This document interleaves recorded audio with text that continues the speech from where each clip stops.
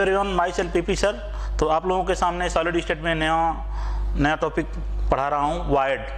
बिल्कुल इमेजिनेशन है, समझने वाला है, बहुत ही इंटरेस्टिंग है। तो इसको ध्यान से समझिएगा। आप लोगों को वायर्ड क्या होता है बताने जा रहा हूँ, वायर्ड के बारे में। वायर्ड क्या होता है बच्चों? वायर्ड्स मतलब एक तरह से होल, ठीक। तो वायर्ड में पहले देखते हैं वन डायमेंशन में देखते हैं, वन डायमेंशन, फिर टू डायमेंशन में देखते हैं। टू डायमेंशन में, वन डायमेंशन में हमको बच्चों मिलेगा लीनियर वायर्ड मिलेगा, ठीक है। तो स्फीयर को हम लीनियरली हम एक दूसरे से सटे हुए ऐसे रख दिया जाए तो लीनियर वायर्ड हमको मिलेंगे, ठीक। तो इसमें कोऑर्डिनेशन नंबर 2 होगा, क्योंकि दो स्फीयर एक दूसरे को टच कर रहे हैं। और इसमें टू डायमेंशन में क्या होता है, दो प्रकार का होगा वायर्ड मिलेगा, दो प्रकार का वायर्ड मिलेगा। एक प्लेनर में मिलेगा, प्लेनर में मिलेगा, दूसरा है नॉन प्लेनर में मिलेगा, नॉन प्लेनर, ठीक। तो प्लेनर में क्या क्या हमको मिलेगा? ट्राइगोनल वायर्ड मिलेगा या ट्राइएंगुलर वायर्ड मिलेगा। इसमें क्या हो सकता है, दूसरा क्या होता है, स्क्वायर प्लेनर वायर्ड हो सकता है, स्क्वायर प्लेनर वायर्ड मिलेगा, ठीक। नॉन प्लेनर में जो प्लेन में ना हो, नॉन प्लेनर में क्या क्या मिलेगा? पहला टेट्राहेड्रल, काफी इंपॉर्टेंट है टेट्राहेड्रल, जो हमको पढ़ना है। Tetrahedral void, octahedral wired,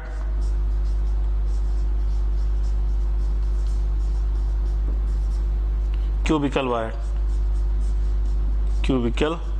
wired. तो इतने के बारे में हमको बढ़िया से पढ़ना है। Tetrahedral, octahedral, trigonal, square planar, सब लोगों का यूज आएगा, ठीक है। जब क्लोज पैकिंग हम पढ़ाएंगे, तो सबका यूज आएगा। इसीलिए हम पहले ही वायर्ड के बारे में आप लोगों को बता दे रहा हूँ, ठीक है। तो अभी हम पढ़ेंगे ट्राइएंगुलर वायर्ड। तो इसको नोट कीजिए, ट्राइएंगुलर वायर्ड पढ़ते हैं, ट्राइएंगुलर वायर्ड, ठीक।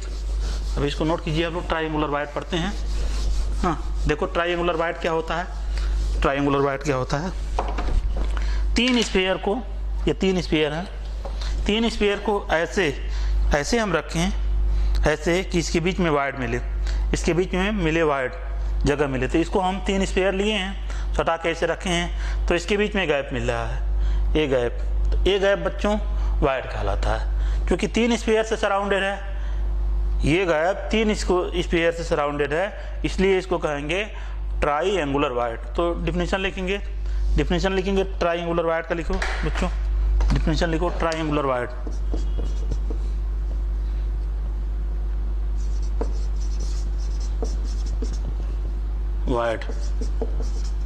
डिफिनेशन है gap formed between touching three sphere, gap formed between touching three sphere,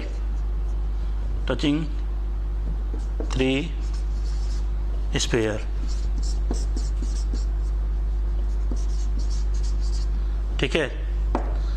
तीन स्फीयर और एक दूसरे को टच कर रहे हैं लीनियरली, ठीक, एक ही प्लेन में। तो उसके बीच में जो वायर्ड मिलेगा हमको, उसको हम कहेंगे ट्राइएंगुलर वायर्ड। जिसे मान लो ये तीन स्फीयर है, इसके ऊपर एक और स्फीयर है, ऐसे रख दिए हैं, समझना ध्यान से। इसके बीच में वायर्ड जो बनेगा, ये इस वायर्ड को हम कहेंगे, इस वायर्ड को हम कहेंगे ट्राइएंगुलर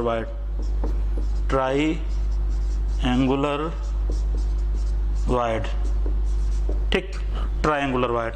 अगला लिखेंगे बच्चों, स्क्वायर प्लेनर वायर्ड।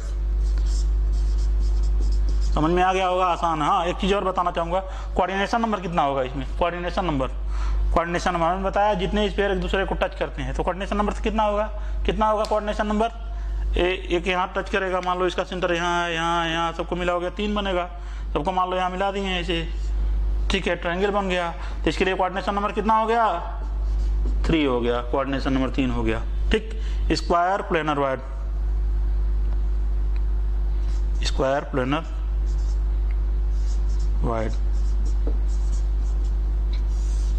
ठीक है। अगर चार स्पेयर को ऐसे रखें कि इसके बीच में किसी तरह ऐसे अरेंज करें कि उसके बीच में वायर मिले। देखो 4 स्पेयर है, ठीक, 4 स्पेयर ऐसे सटा के रखे हैं, तो इसके बीच में ये वायर है, इसके बीच में वायर बन रहा है, तो इसको हम कहेंगे, इस प्रकार के वायर को कहेंगे स्क्वायर प्लेनर वायर। इसमें देखो कितने स्पेयर एक दूसरे को टच कर रहे हैं, कितने टच कर रहे हैं, 1 2 3 4, तो कोऑर्डिनेशन नंबर कितना होगा, 4 होगा। ठीक है, I hope it is clear, समझ में गए होंगे आप लोग। ठीक, आसान है, बहुत आसान है। तो 4 स्पेयर एक दूसरे को टच कर रहे हैं, यहाँ 4 स्पेयर एक दूसरे को टच कर रहे हैं।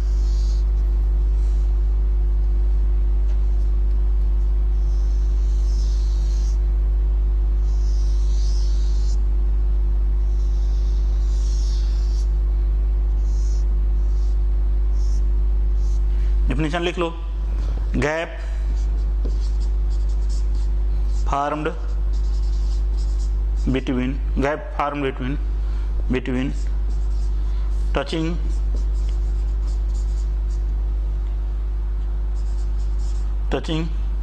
four sphere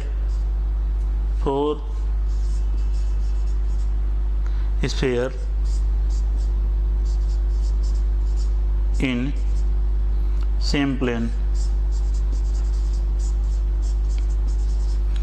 ठीक है, same plane known as square planar void. तो इसके बीच में जो वायर मिलेगा यहाँ ये वायर, इसको कहेंगे स्क्वायर प्लेनर वायर। ठीक है, कोऑर्डिनेशन नंबर क्या होगा बच्चों, बाबू कोऑर्डिनेशन नंबर क्या होगा, बताओ क्या होगा, कोऑर्डिनेशन नंबर क्या होगा 1 2 3 4 होगा। ठीक, कॉपी करो इसको, फिर आगे हम नॉन प्लेनर वायर बताते हैं। ओके, तो नेक्स्ट है नॉन प्लेनर वायर में क्या क्या है। पहला है टेट्राहेड्रल वायर। टेट्राहेड्रल वायर क्या होता है, देखो काफ़ी इंपॉर्टेंट है टेट्राहेड्रल वायर। ठीक, 3 स्पेयर नीचे और एक ऊपर, या तो ऊपर नहीं तो नीचे, जिसे ऐसे बन सकता है। ध्यान से देखना, आगे आएगा, आगे जो पैकिंग पढ़ाएंगे तो उसमें आएगा। ये मान लो चौथा स्पेयर है, ये 3 है, तीनों के जस्ट ऊपर रख रहे हैं। इस प्रकार के वायर को हम टेट्राहेड्रल वायर कहते हैं। हम किसी भी प्रकार से अगर चाहेंगे कि इसको गैप को हटा दें तो गैप नहीं हट पाएगा, किसी तरह करेंगे जरूर बीच में वायर बनेगा ही बनेगा। तो इसको 3 स्पेयर के ऊपर या तो ऊपर रख दें नहीं तो नीचे रख दें, तब भी वायर बनेगा ही। ठीक है, तो इस प्रकार के वायर को हम कहेंगे tetrahedral wire. I hope it is clear. ठीक, डायग्राम के द्वारा समझाना चाहूँगा।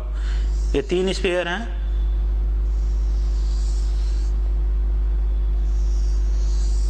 ठीक, और एक इसके ऊपर रख रहे हैं बच्चों। समझिएगा, ये काफ़ी, ये आगे आएगा, जो पैकिंग पढ़ाऊंगा तो आएगा, हेक्सागोनल आएगा, इसमें बहुत समझना है आपको। तो इस प्रकार के वायर को हम, इस प्रकार के बने हुए वायर को हम कहेंगे, क्या कहेंगे बच्चों, tetrahedral wire.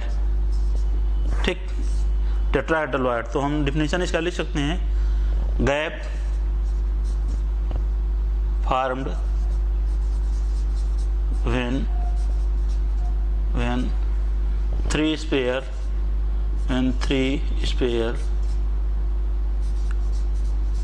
are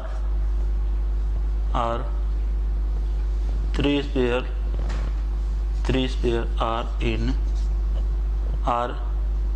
in same plane, and one is above the plane or below the plane। ठीक है, तो आप लोगों को समझ में आ गया होगा। ठीक, नोट कीजिए इसको। कोऑर्डिनेशन नंबर इसमें भी 4 होगा, नोट करो इसको, फिर आगे पढ़ते हैं। नोट करें इसको। ओके, हम बताने जा रहे हैं ऑक्टाहेड्रल वायर्ड। ऑक्टाहेड्रल वायर्ड क्या होता है? 3 स्पेयर ऊपर और 3 स्पेयर नीचे, व्हेन टचिंग 3 स्पेयर। ठीक है, 3 स्पेयर ऊपर और 3 स्पेयर नीचे। तो मान लो 3 स्पेयर ऐसे लिया हूं मैं, तो ट्रायंगल इसके बीच में वायर्ड बन रहा है, तो इसको जो ऐसे तो एक पहला है, ठीक, या ऐसे मान लेते हैं, ऐसे ही ले लेते हैं, एक पहला वायर्ड है ट्रायंगुलर का, और इसको हम ऐसे रखेंगे, अपोजिट रखेंगे, इसके अपोजिट, बिल्कुल अपोजिट, ऐसे इस प्रकार के वायर्ड को हम कहेंगे ऑक्टाहेड्रल वायर्ड। बात को समझ में आ रही है? बात मेरे समझ में आ रहे हैं? ठीक, या ऐसे है तो इसके ऊपर ऐसे हम इसको रखें, ऐसे रखें, तो इस प्रकार के वायर्ड को हम ऑक्टाहेड्रल वायर्ड कहते हैं। फिर से समझिए, 3 स्पेयर ऊपर है, इसमें ट्रायंगल बन रहा है ऊपर, ऐसे सीधा ट्रायंगल, और इसको हम ऐसे रख रहा हूँ, ऐसे, ये उल्टा ट्रायंगल। ठीक है, सीधा ट्रायंगल पहले, फिर उल्टा ट्रायंगल। ठीक, इस प्रकार के वायर्ड को हम कहेंगे ऑक्टाहेड्रल वायर्ड। समझ में आ रही बात ना? फिर आगे हम बढ़ते हैं, डायग्राम के द्वारा हम जाते हैं। तो ऐसे 3 स्पेयर बनाओ ट्रायंगल के रूप में, ट्रायंगल बना, 3 स्पेयर लिए, फिर इसके ऊपर एक मान लो तीसरा, ये ट्रायंगल सीधा ट्रायंगल बना है, यहाँ सीधा ट्रायंगल बना लो, सीधा ट्रायंगल बना लो बाबू बच्चों। ठीक है, थोड़ा बड़ा बना लो। ठीक, इसके बाद इसके ऊपर उल्टा ऐसा करो, उल्टा ट्रायंगल बने, उल्टा ट्रायंगल ऐसे आएगा। इस प्रकार के वायर्ड को हम कहेंगे क्या? यह वायर्ड बनेगा, इस प्रकार को हम वायर्ड को हम कहेंगे ऑक्टाहेड्रल वायर्ड। ठीक, तो यह उल्टा बना है, तो इसको हम ऐसे लिख दें। ठीक है, ऐसे बना लें, तो इसमें ये वायर्ड जो होगा आपका ऑक्टाहेड्रल वायर्ड होगा। ठीक है, इसको डायग्राम के द्वारा एक और हम समझ सकते हैं, ऐसे समझ सकते हैं, ऐसे। ठीक है,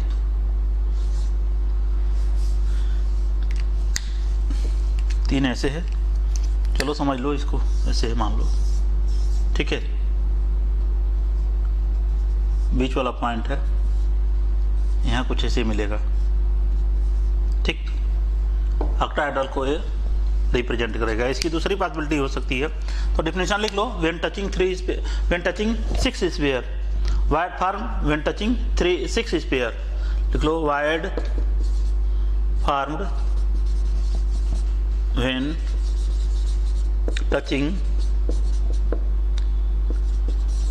6 स्पेयर। बट कंडीशन क्या है?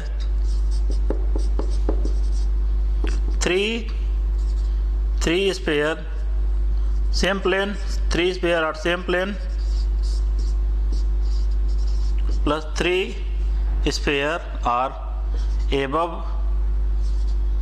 above the plane or 3 sphere below the plane, below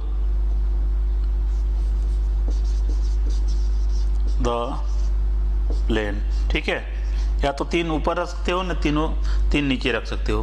तो इस प्रकार के वायर्ड को हम ऑक्टाहेड्रल वायर्ड कह सकते हैं। केस फर्स्ट था, केस सेकंड इसका एक और होगा, एक केस सेकंड रख लो।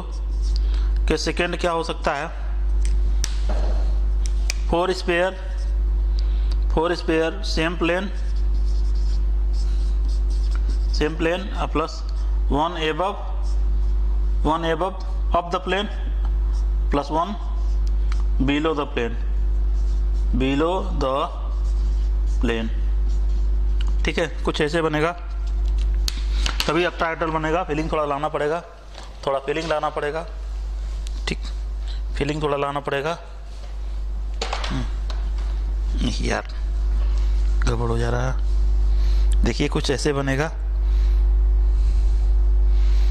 ठीक, ओ यार, ऐसे बनेगा, ऐसे एक ऊपर है, एक इसी के नीचे रहेगा एक।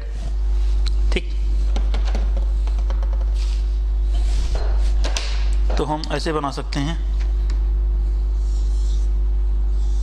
4 स्पेयर ऊपर, एक स्पेयर ऊपर नीचे रहेगा, एक ऊपर रहेगा, एक नीचे रहेगा। अब हम इसको हम ऐसे मिलाएंगे, इसको इससे मिलाएंगे तो ध्यान से देखो तुम लोग, ये कुछ स्ट्रक्चर बन रहा है, ऑक्टाहेड्रल टाइप बन रहा है। तो इसको हम कह सकते हैं ऑक्टाहेड्रल स्ट्रक्चर बन सकता है, ऑक्टाहेड्रल स्ट्रक्चर बनेगा। इसको इसे मिलाएंगे,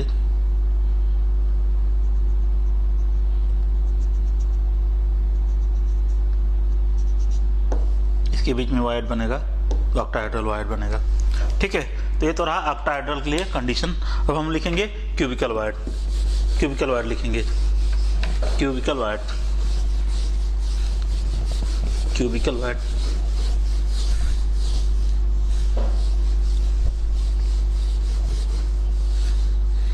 क्यूबिकल वाइड के लिए क्या होता है?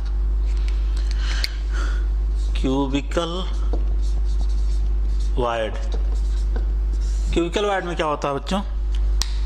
क्यूबिकल वाइड में 4 स्फीयर नीचे और 4 स्फीयर ऊपर, 4 स्फीयर नीचे, 4 नीचे और 4 ऊपर, 4 ऊपर। इसे ऐसे बन, हम पूरा सब हो नहीं पाएगा एक बार, 4 ऊपर और 4 नीचे। ठीक है, तभी हम रखेंगे, तभी हमको बीच में गैप मिलेगा ही मिलेगा। बात को समझ पा रहे हैं? 4 ऊपर और 4 नीचे, किस तरह भी रखेंगे तो बीच में जगह खाली रहेगी रहेगी। तो इस प्रकार के वाइड को हम कहेंगे, क्या कहेंगे? Cubical void. ठीक, तो इसको हम डायग्राम के द्वारा बताते हैं, क्यूबिकल वाइड। ठीक, क्यूबिकल वाइड बताते हैं। ठीक, when 8 sphere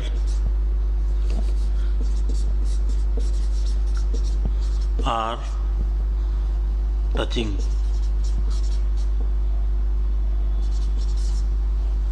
in touching when touching where touching four sphere same plane या above the plane +4 below the plane। ठीक है, 4 ऊपर 4 नीचे, 4 ऊपर 4 नीचे क्या होगा? 4 ऊपर 4 नीचे,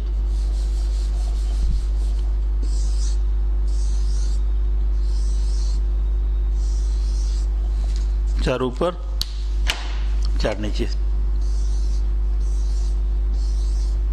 ठीक, तो इसमें एक वाइड मिलेगा। इस प्रकार के वाइड को हम कहेंगे क्यूबिकल वाइड। आप लोगों को याद होगा लेक्चर 3 में मैंने बढ़िया से बताया था क्यूबिक क्या होता है।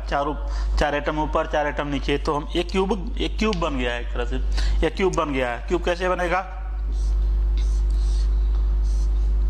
क्यूब कैसे बनेगा? ऐसे बनेगा। इस प्रकार के वाइड को हम कहेंगे, इस प्रकार के वाइड को हम कहेंगे क्या? इसके बीच में वाइड कहीं मिलेगा, यहाँ कहीं। इस प्रकार के वाइड को कहेंगे बच्चों हम क्यूबिकल वाइड, क्यूबिकल वाइड। ठीक है, तो इसको नोट कीजिए, नोट कीजिए, फिर आगे हम क्वेश्चन बताते हैं। नोट कीजिए, आगे हम क्वेश्चन दे रहे हैं। ठीक, क्वेश्चन एक करा रहे हैं आप लोगों को हम। देखिए, एक क्वेश्चन दे रहा हूँ। क्वेश्चन क्या है? न्यूमेरिकल दे रहा हूँ। क्वेश्चन है 6 आइडेंटिकल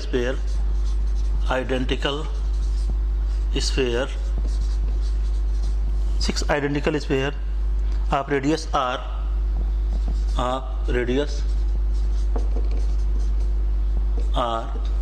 तो हमको बताना है calculate maximum number of octahedral wide,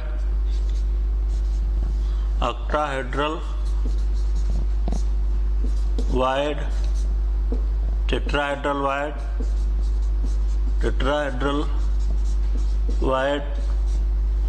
octahedral wide, tetrahedral wide, triangular wide या trigonal wide and square planar wide। थोड़ा दिमाग बढ़ाने के लिए क्वेश्चन है, दिमाग बढ़ाने के लिए क्वेश्चन है। अभी तक जितना हम वायर्ड पढ़ा लिया हूँ उसके ऊपर बेस्ड है। 6 स्पेयर आपको दिए गए हैं, उसमें से 6 स्पेयर को हम ऐसे अरेंज करें, किस प्रकार की अरेंज करें कि कितने ऑक्टाहेड्रल वायर्ड मिले हमको उसमें, और कितने टेट्राहेड्रल वायर्ड मिले, कितने ट्राइगोनल वायर्ड मिले, और कितने स्क्वायर प्लेनर वायर्ड मिले। तो ठीक है, क्वेश्चन को फिर से समझ लीजिए। 6 स्पेयर दिए गए हैं, ठीक है, तो उसमें 6 स्पेयर को हम कैसे अरेंज करें कि उसमें ऑक्टाहेड्रल वायर्ड मिल जाए, टेट्राहेड्रल वायर्ड मिल जाए, ट्राइगोनल वायर्ड मिल जाए और स्क्वायर प्लेनर मिल जाए, स्क्वायर प्लेनर वायर्ड मिल जाए, कितना मिले।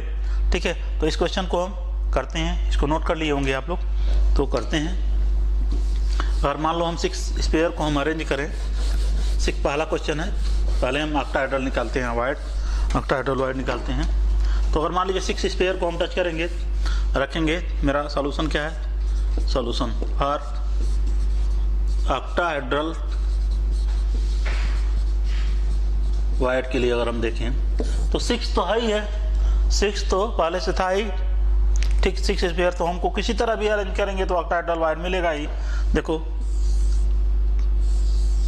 ऐसे, पहला सीधा ट्रायंगल और दूसरा 2 ऊपर, अभी भी बताया हूँ, एक नीचे, ठीक है, यहाँ वायर्ड मिला है। तो यहाँ किसी तरह भी इस जो 6 स्पेयर को हम किसी तरह भी अरेंज करेंगे, हमारे पास स्पेयर कितने हैं, 6 हैं, तो ऑक्टाहेड्रल में अरेंज करना है। तो ऑक्टाहेड्रल का यही होता है कि 3 ऊपर 3 नीचे, सबसे अच्छा एग्जाम्पल है, सबसे बढ़िया है 3 ऊपर और 3 नीचे, ठीक। तो इसको हम कह सकते हैं ऑक्टाहेड्रल वायर्ड। तो इसमें ऑक्टाहेड्रल वायर्ड बाबू कितना बचेगा, कितना बनेगा, एक ही तो बनेगा, और जगह कहीं तो बन नहीं सकता है। तो इसमें लिखेंगे ऑक्टाहेड्रल वायर्ड है, आंसर क्या होगा, आंसर होगा only 1 octahedral wired, octahedral wired, ठीक है, इसको नोट कीजिए। फिर दूसरा क्वेश्चन हमारा क्या है, फॉर टेट्राहेड्रल वायर्ड। अच्छा, कैसे दिमाग लगाएंगे कि कितना टेट्राहेड्रल वायर्ड मिलेगा। 6 स्पेयर को हम किस तरह अरेंज करें, ध्यान से देखो, बात को समझो। 6 स्पेयर को हम कैसे अरेंज करें, 6 स्पेयर को हम कैसे अरेंज करें कि टेट्राहेड्रल वायर्ड मिल जाए, मैक्सिमम मिल सकता है। तो दिमाग लगाओ दिमाग। चलो मैं दिमाग लगाता हूँ दिमाग। मान लो 2 स्पेयर को हम नीचे रखते हैं,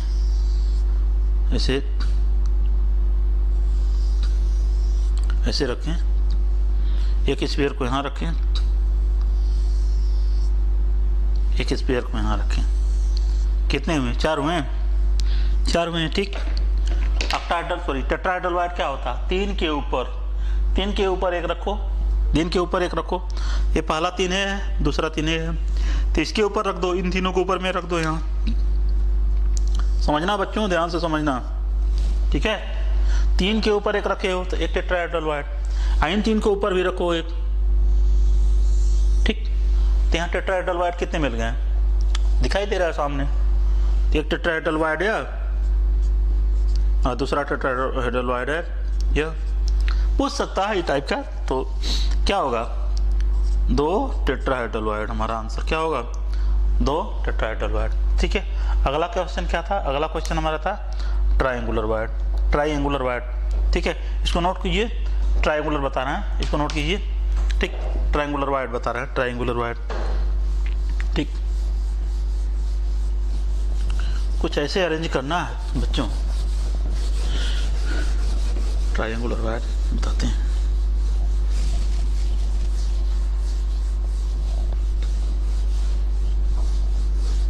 मैक्सिमम कितना बन सकता है, तो हम चलो ठीक है देखते हैं। फॉर ट्रायंगुलर वायर्ड, ठीक है, पहला स्पेयर 1 2 3, फिर 3 को ऐसे करो, 1 2 3, ठीक है, वायर्ड मिल रहा है। वाइड मिल रहा है, देखो पहला वाइड ये है, एक वाइड, 2 3 4, तो ट्राइंगुलर वाइड हमको मिलेगा यहाँ क्या बच्चों, ट्राइंगुलर वाइड कितना मिलेगा, 4 मिलेगा। ट्राइंगुलर वाइड हमको यहाँ मिलेगा 4 मिलेगा। ठीक, स्क्वायर प्लेनर वाइड क्या होगा, यहाँ स्क्वायर बने, देखो स्क्वायर प्लेनर वाइड कितना होगा, स्क्वायर, ये तो खुद से कर सकते हैं आप लोग, दिमाग लगा के करें आप लोग। चलो स्क्वायर प्लेनर वाइड, ठीक है। स्फीयर को, 3 स्फीयर को एकदम एक दूसरे के ऊपर आराम से ऐसे सेट करके रख दो, इसमें थोड़ा ऑब्लिक करके तिरछे में रख दिए हैं हम, ठीक, क्योंकि हमको ज़्यादा से ज़्यादा ट्राइंगुलर वाइड चाहिए, ट्राइंगुलर वाइड चाहिए, तो यहाँ ट्राइंगुलर वाइड चाहिए, मतलब 3 स्फीयर टच कर रहा है यहाँ 3। स्क्वायर प्लेनर में क्या होगा, 4 स्फीयर टच करना चाहिए। तो देखो कुछ ऐसे बनेगा स्क्वायर प्लेनर वाइड,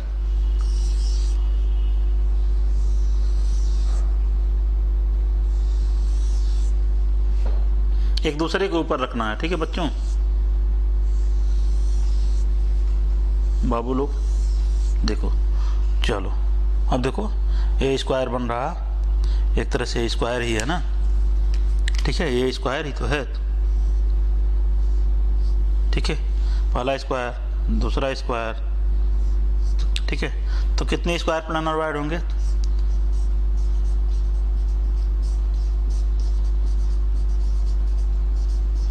ठीक है, कितने होंगे बच्चों, कितने होंगे, 2 होंगे, ठीक है। तो ये रहा आपका न्यूमेरिकल बेस्ड, इसको नोट कीजिए, ठीक। फिर आगे हम location of tetrahedral void and octahedral wide बताते हैं, ठीक है, नोट करो इतना पहले। ओके, तो हम शुरू करने जा रहे हैं location of tetrahedral void and octahedral wide, tetrahedral void and octahedral wide.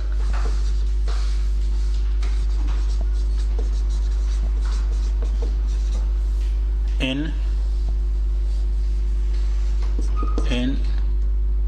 a cube, ठीक है, एक बड़े से क्यूब में कितने टेट्राहेड्रल वाइड होंगे, या टेट्राहेड्रल का लोकेशन कहाँ कहाँ होगा और ऑक्टाहेड्रल का लोकेशन कहाँ कहाँ होगा, इस चीज़ को, इस बात को ध्यान से समझना। एनसीईआरटी में बाकायदे दिया हुआ है, ठीक है, एकदम कंसंट्रेट होकर इस पॉइंट को समझना।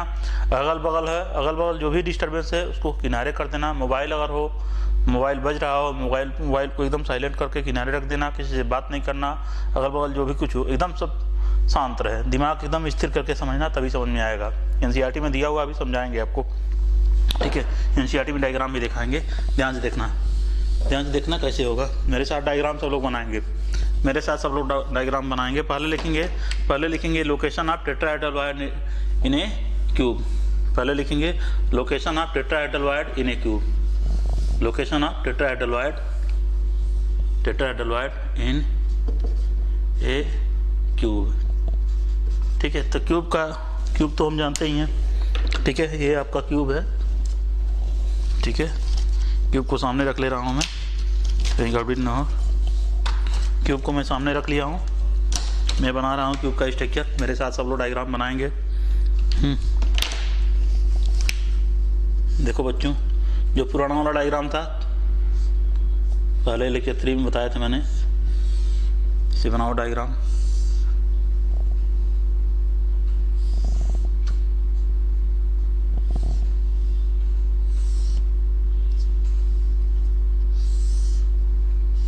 ठीक, इसे डायग्राम बन गया। इसमें कॉर्नर 8 हैं, 8 कॉर्नर पे से लिख दिया हूँ, इसे स्फीयर लगा दिया हूँ, फेस 6 हैं। चलो ठीक है, जितने एज सेंटर हैं सभी एज सेंटर को हम क्रॉस के द्वारा दिखा दे रहे हैं, एज सेंटर को हम क्रॉस के द्वारा दिखा दे रहे हैं, ठीक है, इसके एज सेंटर को हम क्रॉस के द्वारा दिखा दे रहा हूँ, ठीक। फेस डायगोनल है आपका, कुछ ऐसा होगा,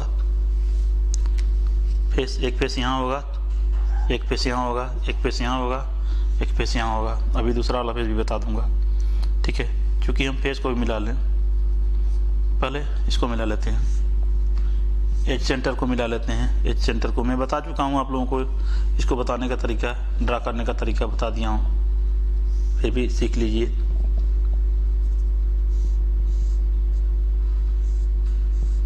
ठीक, बीच वाले लाइन को मिलाएंगे, हल्के हाथ से मिलाइए।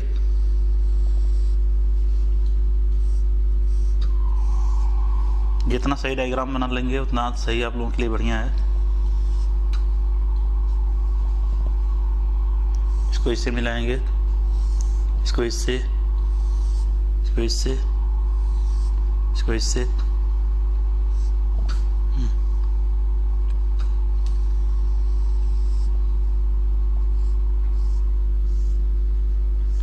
ठीक, ये बन गया आपका एक क्रॉस वाला है। ठीक, नहीं, ये क्रॉस ये होगा। ठीक, ये NaCl का स्ट्रक्चर है। अभी हम रॉक सॉल्ट के बारे में भी डिस्कस करेंगे। पहले डायग्राम समझिए। इसमें यूनिट सेल अगर हम बात करें तो स्मॉलेस्ट पोर्शन ये होगा, स्मॉलेस्ट पोर्शन यूनिट सेल में ये होगा। इसको ज़रा भी हम समझा रहे हैं आपको। यूनिट सेल ये होगा,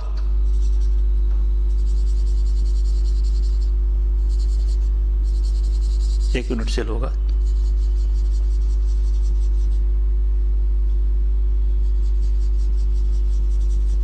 ऐसे बनाते हैं।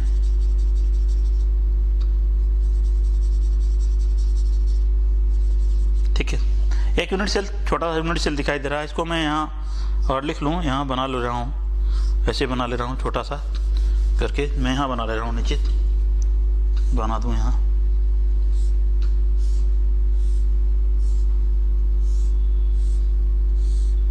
ठीक, एक छोटा सा यूनिट सेल है बच्चों। ठीक है, तो इस छोटे से यूनिट सेल में अगर हम टेट्राहेड्रल की बात करते हैं, टेट्राहेड्रल वाइड की बात करते हैं, ठीक है, टेट्राहेड्रल वाइड की, तो देखो कुछ टेट्राहेड्रल वाइड यहाँ बनेगा कुछ। एक इसका पॉइंट यहाँ, इस पॉइंट को रखो, इसको रखो, यहाँ रखो। ठीक, ऐसे है, कुछ गड़बड़ हो जा रहा है। ठीक है,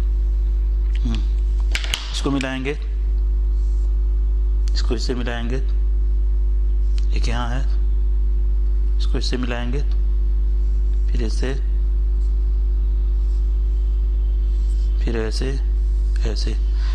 इस क्यूब में यह टेट्राहेड्रल स्ट्रक्चर दिखाई दे रहा है ना, तो एक तरह से एक टेट्राहेड्रल वाइड इस छोटे से क्यूब में यहाँ एक टेट्राहेड्रल वाइड है। मैं डायग्राम के द्वारा समझा दिया हूँ। ये टेट्राहेड्रल स्ट्रक्चर दिखाई दे रहा है आप लोगों को।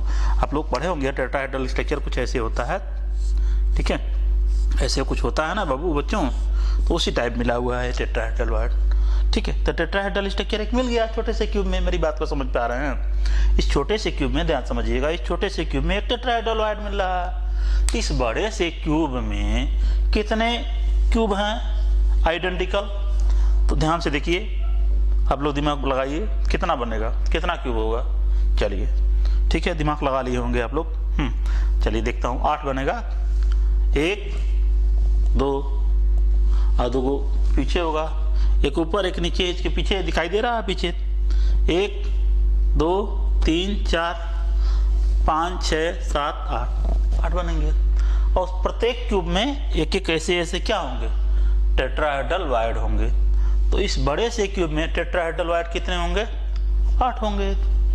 ठीक है, then we can say that in बड़े से क्यूब में नंबर ऑफ टेट्राहेड्रल वाइड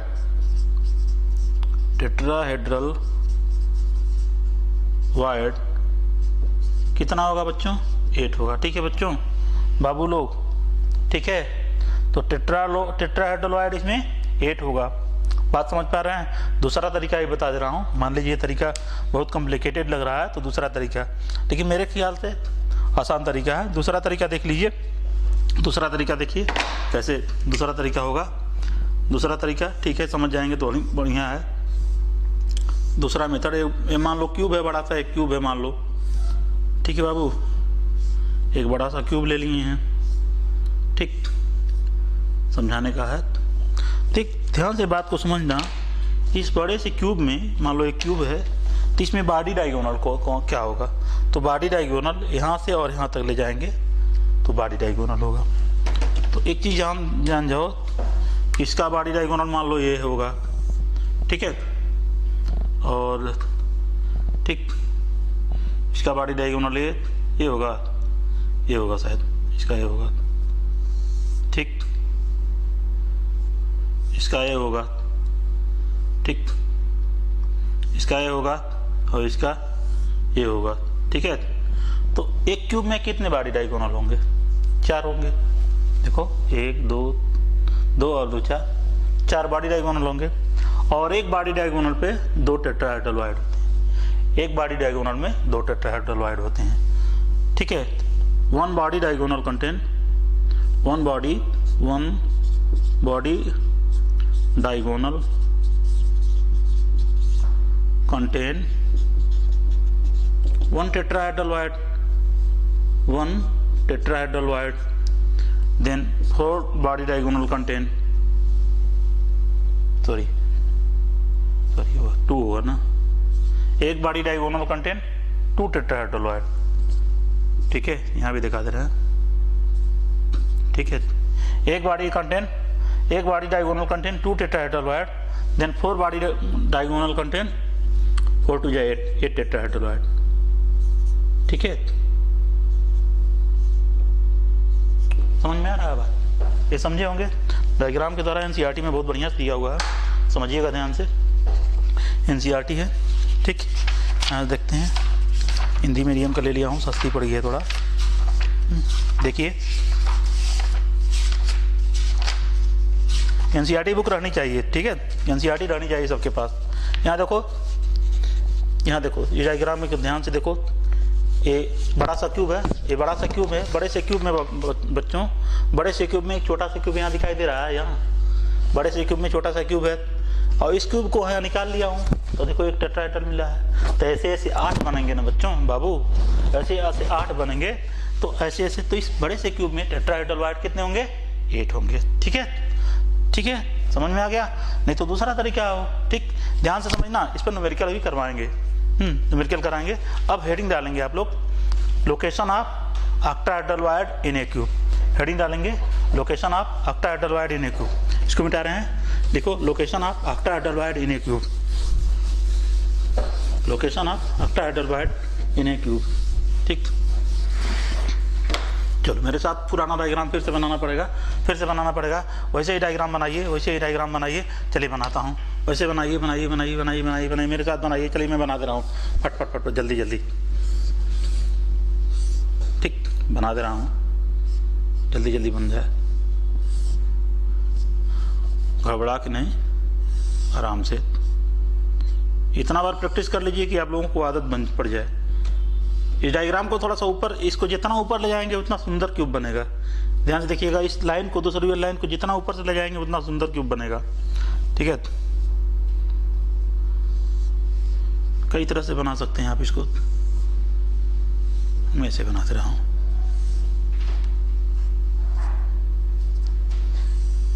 अब मैं इसमें ऑक्टाहेड्रल की पोजीशन को ऐसे फाइंड करना, उसको मैं सिखा रहा हूँ आप लोगों को। Position of, location of octahedral wire, यहाँ लिख लेना, octahedral void in a cube, ठीक है। तो देखो एक बात तो कंफर्म है कि आप लोग जानते हैं 4 कॉर्नर होते हैं, 4 कॉर्नर नीचे, 4 कॉर्नर ऊपर, ये पढ़े हैं आप लोग। फेस यहाँ कहीं होगा, चलो इसका एज सेंटर जो आपका होगा, एज सेंटर ग्रीन कलर का मार्कर नहीं दिखाई दे रहा है, ग्रीन कलर का, ठीक है। इसका एज सेंटर कौन होगा? ए होगा, ए होगा, एज सेंटर होगा, ठीक है, एज सेंटर, ठीक। सभी एज सेंटर को मिलाते हैं बच्चों, सभी एज सेंटर को मिला लेना है, सभी एज सेंटर को मिला लेते हैं,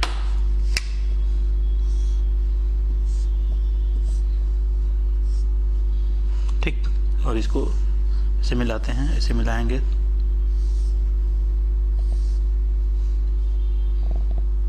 ठीक है। ठीक है, ठीक है, इससे मिलाएंगे।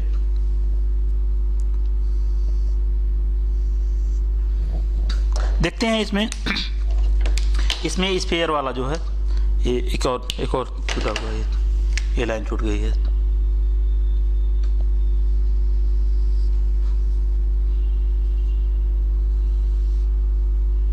ठीक, इसको क्रॉस के द्वारा दिखा रहा हूँ। ठीक, फेस पे है एटम है, फेस वाले, तो फेस पे एक एटम को ऐसे रख दिया गया है, ये फेस वाले हैं। कार्नर और फेस को हम स्फीयर के द्वारा दिखा रहे हैं, कार्नर और फेस को हम गोले के द्वारा दिखा दे रहे हैं। कार्नर और फेस को हम गोले के द्वारा दिखा दे रहे हैं। और जो एज पे है, जो एज पर, उसको हम क्रॉस के द्वारा दिखाए हैं। एज सेंटर पे ये क्रॉस के द्वारा दिखाए हैं हम, जो एज सेंटर पे हैं। ठीक है। अब देखो, जो जो ऑक्टाहेड्रल होगा, ऑक्टाहेड्रल वायड होगा, एक क्रॉस वाले पे बनेगा। तो ये बड़े से क्यूब में एक क्रॉस वाला है, समझना ध्यान से, दिमाग पगला जाता है, हाँ, जल्दी समझ नहीं आता। डायग्राम बहुत खतरनाक दिया हुआ है, मेरे अनुसार चलना तुम लोग। देखो, यह जो वायड है क्रॉस वाला, एक क्रॉस वाला वायड ऑक्टाहेड्रल वायड को रिप्रेजेंट करेगा। Green marker please green marker कहाँ है? वहाँ से लीजिए ग्रीन मार्कर, वहाँ से उसमें है, वहाँ। चलिए ठीक है, ग्रीन मार्कर नीचे होगा। ठीक, हाँ। तो देखो बच्चों, देखो बाबू, ये ग्रीन मार्कर से देखिए सर, ग्रीन मार्कर दीजिए, नहीं तो फीलिंग नहीं आएगी बच्चों को। यहाँ नीचे है कहीं, देखिए तो। अच्छा, green marker, sorry for disturbing, green marker नहीं आया। ठीक, तो देखो बाबू, हाँ, बना रहे हैं हम इसको अगर मिला लें हम, इसको इससे मिलाएं,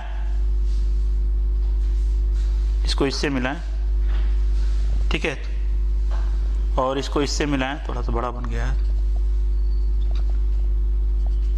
ठीक, और इसको इससे मिलाएं। ठीक, और इन दोनों को मिलाएं इसे।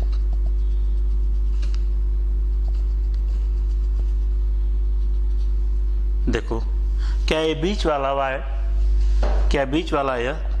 वाला क्रॉस ऑक्टाहेड्रल वायड को रिप्रेजेंट कर रहा है, दिखाई दे रहा है। ऑक्टाहेड्रल का चार नीचे ऊपर ऐसे बताए थे ना, याद करो तुम लोग, ऐसे बताओ, दिमाग लगाओ, ऐसे बनाए थे ना, ऐसे हुआ करता था, ऐसे था, हाँ, ऑक्टाहेड्रल का ऐसे था ना, ऐसे हुआ करता था। तो ये ऑक्टाहेड्रल वायड ऐसे स्ट्रक्चर हुआ करता था। ये बीच वाला स्ट्रक्चर ऑक्टाहेड्रल वायड दिखाई दे रहा है कि नहीं दिखाई दे रहा है? बीच वाला वायड ऑक्टाहेड्रल वायड दिखाई दे रहा है कि नहीं? यहाँ 1 ऑक्टाहेड्रल वायड दिखाई दे रहा है ना। तो हमारे कहने का मतलब एक क्रॉस जो है बीच वाला बॉडी डायगोनल का, एक ऑक्टाहेड्रल वायड बना रहा है। बड़े से क्यूब में यह क्रॉस जो है एक ऑक्टाहेड्रल वायड बना रहा है।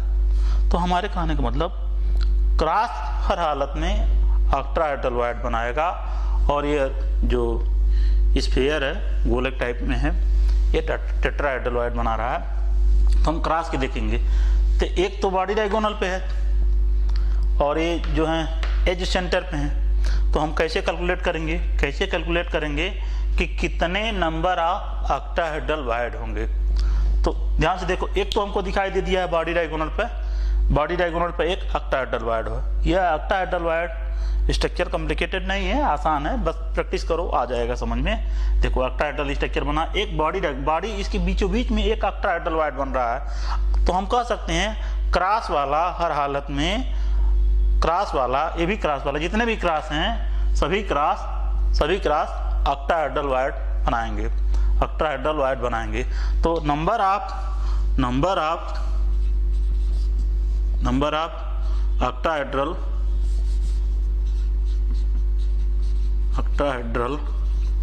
वायड हमको कैसे निकालना है बच्चों, कैसे निकालना है? थोड़ा तुम लोग दिमाग लगाओ, आप लोग दिमाग लगाइए बाबू। ठीक है, तो हम कह सकते हैं एक जो है बॉडी डायगोनल पे है 1 जो है बॉडी डायगोनल पे है, सॉरी बॉडी सेंटर पे है, सॉरी बॉडी सेंटर पे है, ठीक है। और ये को देखो, और एज सेंटर पे, एज सेंटर कितने हैं बाबू बच्चों, प्यारे बच्चों, कितने हैं, कितने हैं एज सेंटर, एज सेंटर कितने हैं इस क्यूब में, एज सेंटर कितने हैं, मैं चिल्ला चिल्ला के बताया हूँ जितने ये एज हैं। तो एज कितने हैं 12, और एज के बीचों बीच वाला उसका सेंटर होता है, ये क्रॉस वाला एज सेंटर है, ठीक है बाबू, ये क्रॉस वाला सेंटर है एज सेंटर। तो काउंट करो, दिमाग लगाओ, काउंट करो, ये काउंट करो, ये एज सेंटर है, ठीक है। तो काउंट करोगे तो 12 एज सेंटर आएगा, ठीक है, 12 एज सेंटर आएगा, काउंट करो, ठीक है, काउंट करोगे तो 12 आएगा। अरे 2 काउंट कर लेना सही है। और याद करो तुम लोग, जो एज पर एटम का कंट्रीब्यूशन होता है, मैं पहले लेक्चर 3 में मैं बता चुका हूँ, 1/3 का करता है, ऐसे भी समझ 1/4 का करता है। मतलब इस लाइन को ऐसे समझ लो 1/4 कैसे हुआ, इस लाइन को कवर करने के लिए 4 क्यूब की ज़रूरत पड़ेगी, जिस ये लाइन है, इस लाइन को कवर करने के लिए 4 क्यूब की ज़रूरत पड़ेगी। तो यहाँ कंट्रीब्यूशन एटम का क्या होगा, क्रॉस पर 1/4 का होगा, तो 12 × 1/4 कर दोगे, या तो 1/4 + 1/4 + 1/4 + 1/4 करते जाओगे तभी, नहीं तो ऐसे करो 12 टाइम करोगे, नहीं तो 12 × इतना कर दो, ठीक है। तो क्या हो जाएगा, 3 × 4 = 12 हो जाएगा, तो 1 + 3 = 4। तो location of number of octahedral इसमें 4 होगा, इसको नोट करो, फिर आगे हम समझा रहे हैं। एनसीईआरटी में भी दिया हुआ है, देख लो, एनसीईआरटी में बढ़िया से समझा दूँ आप लोगों को, हाँ दिया हुआ है, लड़के बहुत कंफ्यूज होते हैं, समझ लो बच्चों, हाँ देखो बच्चों, देखो यहाँ इसको बीचों बीच में ऑक्टाहेड्रल का कम पोजीशन यहाँ दिया हुआ है, बीच में बन रहा है ना, बीच में बन रहा है, और यहाँ जो बनाया है किसी एक एज सेंटर को लेकर बनाया हुआ है, ठीक है। तो यहाँ बीच वाला है एक, समझ में आ रहा है, तो इसको नोट करो, फिर अब आगे हम इस पर कराते हैं, ठीक, नोट करो, नोट करो।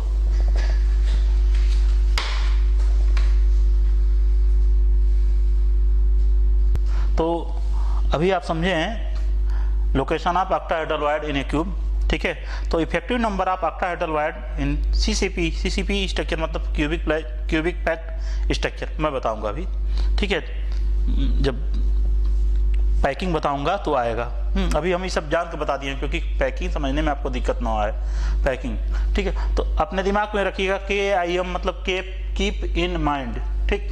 10 the number of sphere present in CCP structure is n, अगर मान लीजिए n हो तो नंबर ऑफ टेट्राहेड्रल कितना होता है बाबू, 8 होता है। तो अब n है, इसमें ऑक्टाहेड्रल 4 होता है, तो अगर इसको 4 रखे हैं 8 है, तो जाहिर सी बात है टेट्राहेड्रल 2n होगा या n होगा।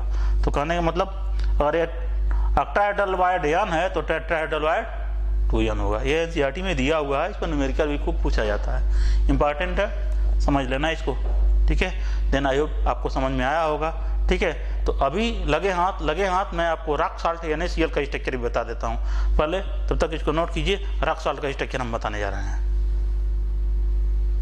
ओके, तो ठीक है बच्चों, समझ में आया होगा आप लोगों को लोकेशन ऑफ टेट्राहेड्रल और ऑक्टाहेड्रल, ठीक है। तो लगे हाथ तो हम रॉक साल्ट बहुत देखते हैं, कई बार देते हैं लोग एग्जाम में, और उसके लगे हाथों हम रॉक साल्ट NaCl का स्ट्रक्चर भी आप लोगों को बता देते हैं, लगे हाथों रॉक साल्ट NaCl का स्ट्रक्चर भी बता देते हैं। हाँ, NaCl रॉक साल्ट कहते हैं इसको, NaCl, ठीक है, NaCl का भी स्ट्रक्चर बता देते हैं। तो इतनी बार मैंने बनाया है इसका, ये वाला ऐसा क्यूब बड़ा वाला आप लोगों को लगभग याद हो गया होगा। तो समझ लेना, NaCl में 2 आयन होगा, NaCl में 2 आयन होगा, एक केटायन होगा और एक एनायन होगा, ठीक है। तो मान लो Cl एनायन है, Na केटायन है, ठीक है बाबू। तो Cl आयन जो होता है इसका साइज बड़ा होता है, हम इसको क्रॉस के द्वारा लिखे हैं, Na आयन को हम क्रॉस के द्वारा लिखे हैं, इसको स्पेयर के द्वारा लिखे हैं। एनायन को हम एक गोले के द्वारा, स्पेयर के द्वारा लिखे हैं, ठीक है, मार्बल के द्वारा, और इसको हम क्रॉस के द्वारा लिखे हैं। तो देखो, अगर हम आप लोगों से पूछें कि कितने Cl आयन होंगे, इसमें कितने Cl आयन होंगे, इसमें Cl आयन कितने होंगे। तो देखो Cl आयन जो होते हैं, ठीक, कार्नर पे होते हैं और फेस पे होते हैं। लिखेंगे Cl ion corner as well as face. ठीक है बाबू, कार्नर पे कितने होते हैं, 8 होते हैं, 8 होंगे, और फेस पे 6 होंगे, तो 6 और 8 14 होगा। यहाँ से काउंट कर लेना तुम लोग, 14 होगा। ठीक है, और देखो इस पर क्या होगा, क्रॉस जो होगा Cl ion sorry Na ion कितना होगा। तो देखो जितने भी एज हैं उस प्रत्येक एज सेंटर पर एक क्रॉस है। तो कितने एज सेंटर है, 12 एज सेंटर हैं, और बीचों बीच में, इस क्यूब के बीचों बीच में एक और पॉइंट है। ठीक है, तो 12 एज सेंटर प्लस एक बॉडी सेंटर। ठीक है, 12 edge centre plus 1 body centre that is 13। तो केटायन होंगे, मतलब नंबर ऑफ Na आयन 13 होंगे और Cl आयन 14 होंगे। ठीक है, तो इसमें पूछता है कि दोनों का कोऑर्डिनेशन नंबर कितना होगा, Na आयन का कोऑर्डिनेशन नंबर कितना होगा और Cl आयन का कोऑर्डिनेशन नंबर कितना होगा। कैसे फाइंड करेंगे, तो ये तो खैर ऐसे दिमाग में रख लेना, कैसे कितने आयन बनेंगे। तो अभी मैं बता रहा हूँ कि कैसे इसमें लोकेट करेंगे। ठीक है, कोऑर्डिनेशन नंबर, Na का कोऑर्डिनेशन नंबर क्या होता है और Cl का कोऑर्डिनेशन नंबर क्या होगा, कैसे बताएंगे। ठीक, तो अभी मैं समझा रहा हूँ कोऑर्डिनेशन नंबर पहले समझना, डायग्राम के द्वारा समझना। ठीक है, क्रॉस, एक बात तो कन्फर्म है, जो क्रॉस है, क्रॉस Na को रिप्रेजेंट कर रहा है, और ये क्रॉस कौन सा स्ट्रक्चर बना रहा है, ये क्रॉस जो है कौन सा स्ट्रक्चर बना रहा है, क्रॉस कौन सा स्ट्रक्चर बना रहा है, दिमाग लाओ, देखो ऑक्टाहेड्रल बना रहा है ना, क्रॉस ऑक्टाहेड्रल बना रहा है। ठीक, ऑक्टाहेड्रल बना रहा है। और मान लो हम किसी इसको ले ले रहे हैं, इसी को कुछ ले रहे हैं, इस क्या नाम है, इसको कहेंगे, ये मार्बल है, एक स्फीयर को, किसी भी एक स्फीयर को ले रहे हैं। मैं नीचे वाला इस स्फीयर को ले रहा हूँ, इस स्फीयर को ले रहा हूँ। आगे और भी क्यूब रखें, इसके ऊपर भी रखेंगे, इधर भी क्यूब रहेगा। तो हम आगे इसको आगे और बढ़ा दें, मान लो। ठीक है, इसको नीचे तक ले जाओ, इसके नीचे तक ले जाओगे, इसको नीचे तक ले जाओ। चलो ठीक है, हाँ नीचे तक ले जाएंगे इसको। अब यहाँ से इसको मिलाओगे,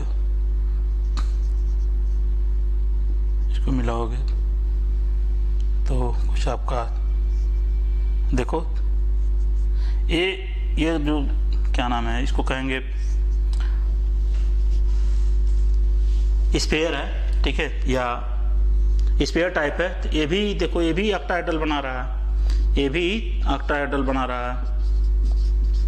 ऑक्टाहेड्रल स्ट्रक्चर ये भी बना रहा है।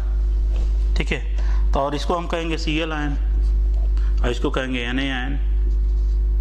तो हमारे कहने का मतलब हम कह सकते हैं Na आयन कितने स्फीयर से घिरा हुआ है, 6 से। Na आयन 6 स्फीयर से घिरा हुआ है। देखो Na आयन 6 से घिरा हुआ है, 4 इधर और एक ऊपर वाला।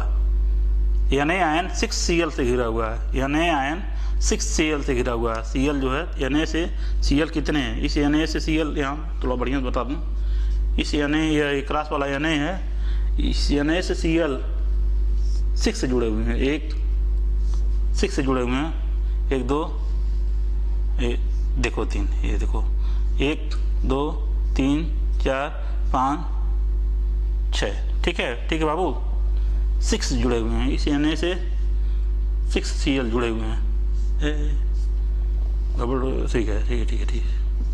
ठीक है बाबू।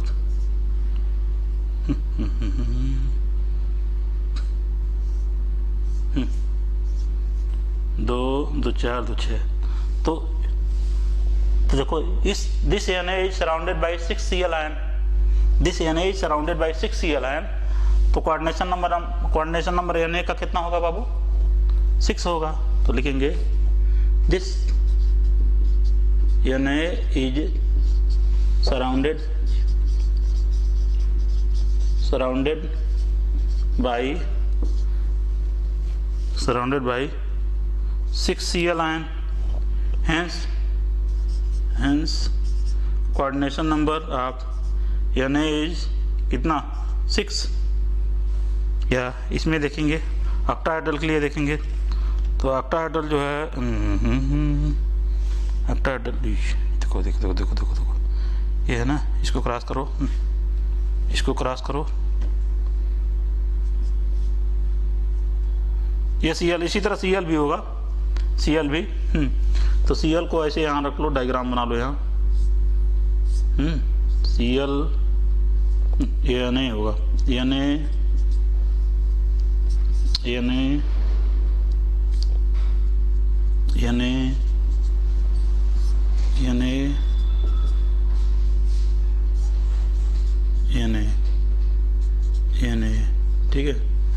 ठीक है।